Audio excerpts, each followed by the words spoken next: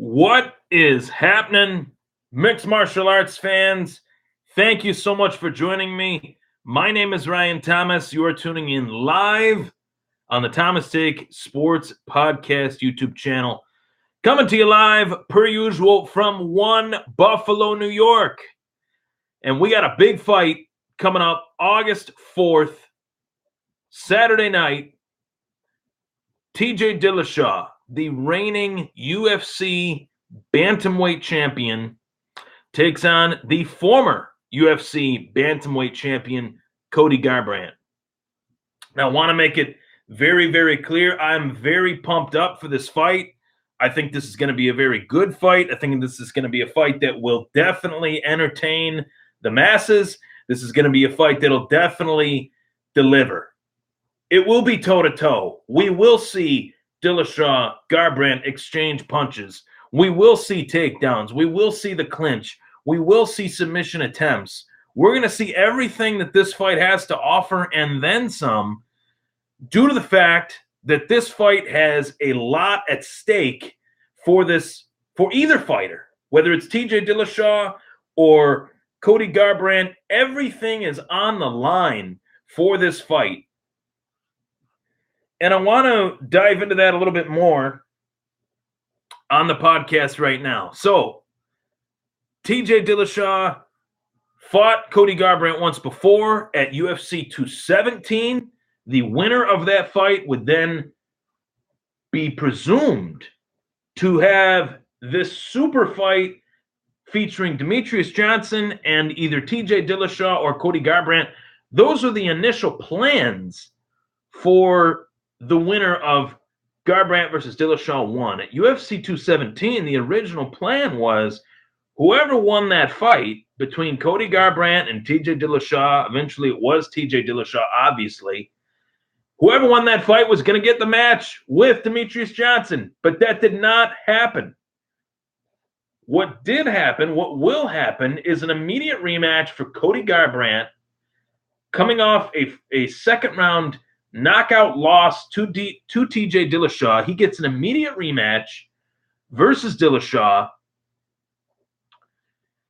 and gets an opportunity at a fight that most people in most divisions do not get.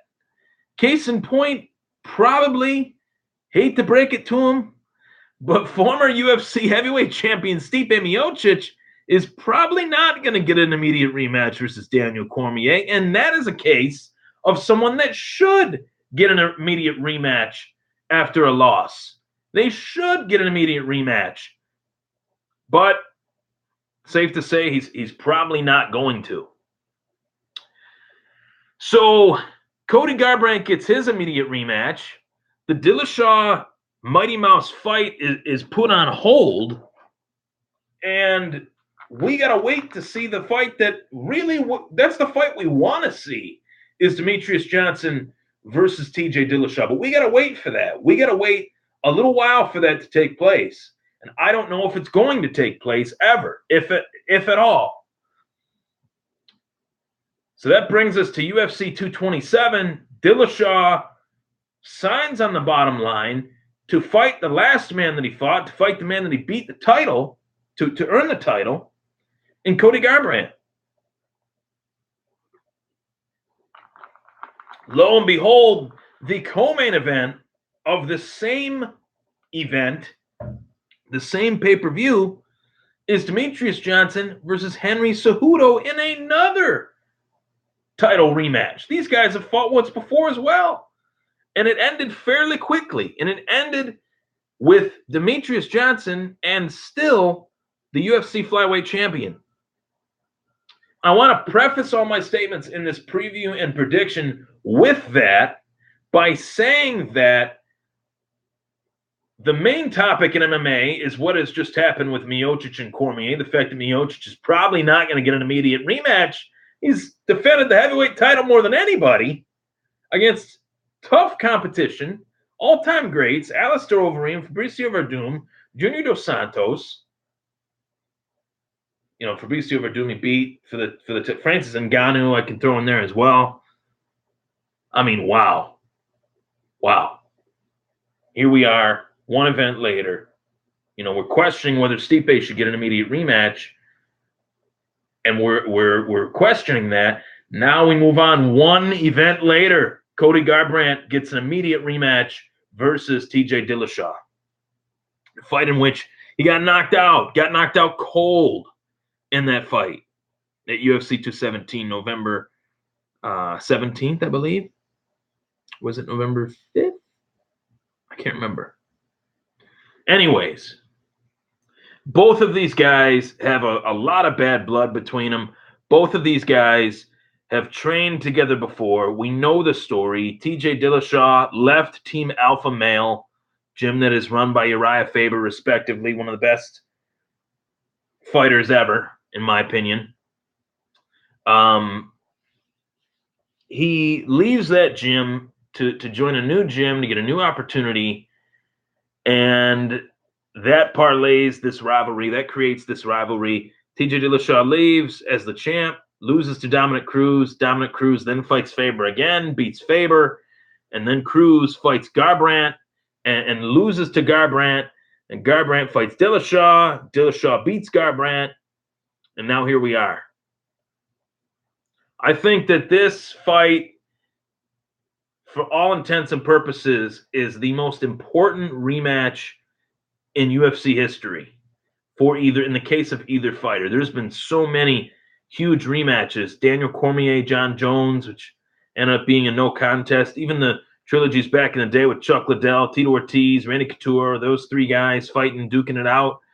Those were very important fights for the fighters that took part in those bouts. But this fight featuring TJ Dillashaw and Cody Garbrandt, I think, is more than pivotal for both of these fighters due to the fact that TJ Dillashaw, with a loss to Cody Garbrandt, will be then forced to fight Cody Garbrandt again, finishing off a trilogy.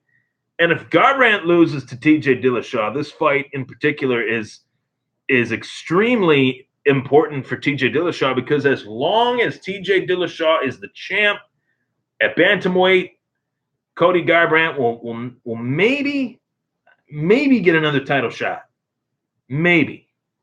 So this fight is extremely important for him, extremely important for his career.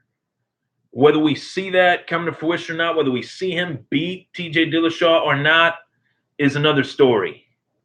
I think one of the main factors as to why Cody Garbrandt lost that first fight was due to the drama that preceded their first fight.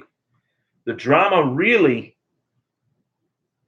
played a huge factor in the bout, and quite possibly could have played a huge factor negatively for Cody Garbrandt. Maybe he went in there with too much steam in his ears.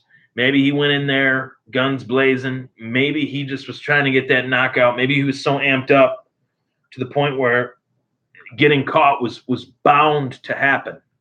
And I would say that is a fair assessment by me.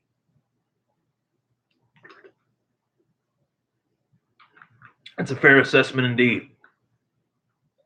But also say that TJ Dillashaw was the more calm, cool, collected, level-headed fighter because he didn't have as much to lose. If he loses, he fights another fight and maybe gets an immediate title shot after that, after another win versus another opponent.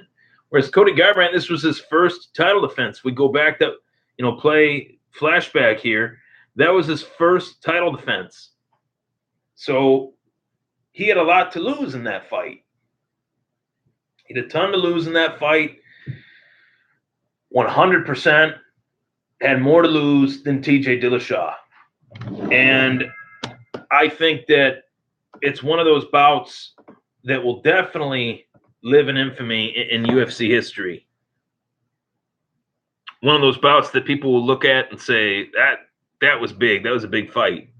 Now, this fight is just as big, if not bigger, than the first one for both fighters. I'd say Dillashaw came in more level-headed the first time. Dillashaw came in more well-rounded, more technical than Cody Garbrandt. I think that's the difference. I think that's the difference in this fight, that TJ Dillashaw is the more technical fighter than Cody Garbrandt. But if you were to ask me which fighter could finish the bout entirely with one punch, I would have to lean towards Cody Garbrandt, because if you forget, Cody Garbrandt was milliseconds away from finishing the fight in the first round. He dropped TJ Dillashaw in the first round of that fight that we're talking about, the last fight at UFC 217. He was close. He almost made that a reality. He almost made that happen. Then the second round comes out. He comes out guns blazing, and boom, he gets dropped. Only time will tell. But I got Dillashaw winning the rematch. Take care.